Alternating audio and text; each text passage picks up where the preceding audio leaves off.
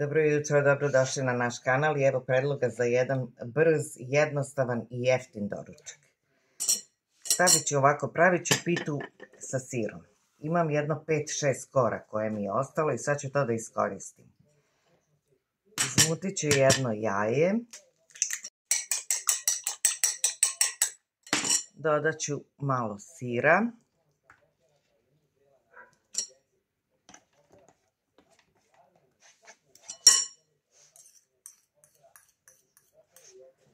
Pošto je moj sir neslan, ja ću staviti i malo soli.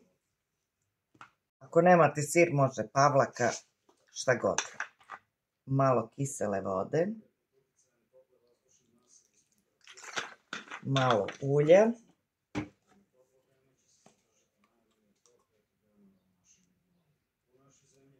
I sve to promešati.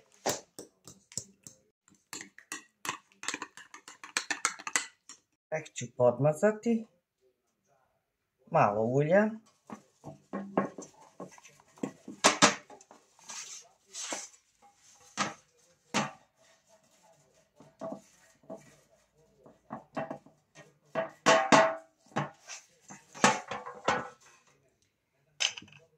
i sad idemo na ređanje kora.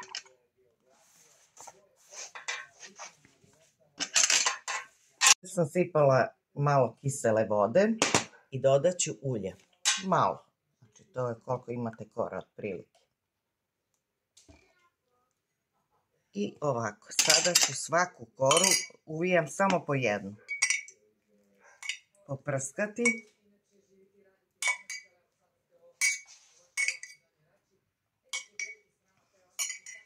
I staviti ovako u kraj fil.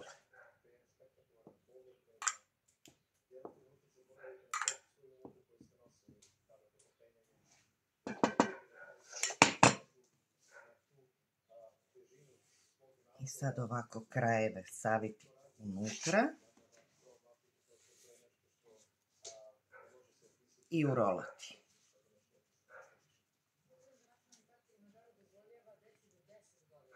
Isti postupak, malo ulja i vode.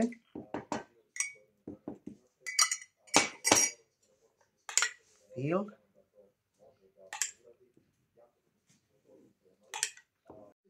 Evo kako to izgleda u plehu. Redno sam uključila na 200 stepeni i sad ću samo preliti ovom mešavinom kisele vode i ulja. Evo ovako.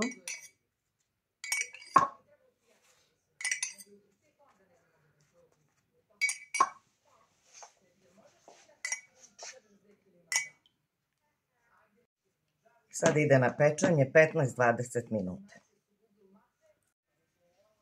Evo, pita je gotova, 20 minuta sam je pekla na 200 stepeni i sad ću sa onim što mi je ostalo, ona kisela voda i ulje, da poprskam.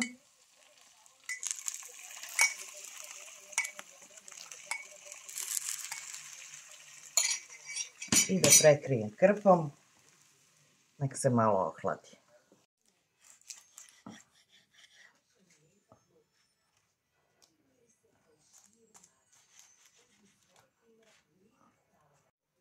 Evo kako to lepo izgleda, pogledajte. Hrskavo, mekano, brzo za 15-20 minuta. Evo. To bi bilo to za ovaj put. Puno pozdrava s našeg kanala, srećna Nova godina, Božić i svi predstojeći praznici, pa se vidimo vrlo skoro.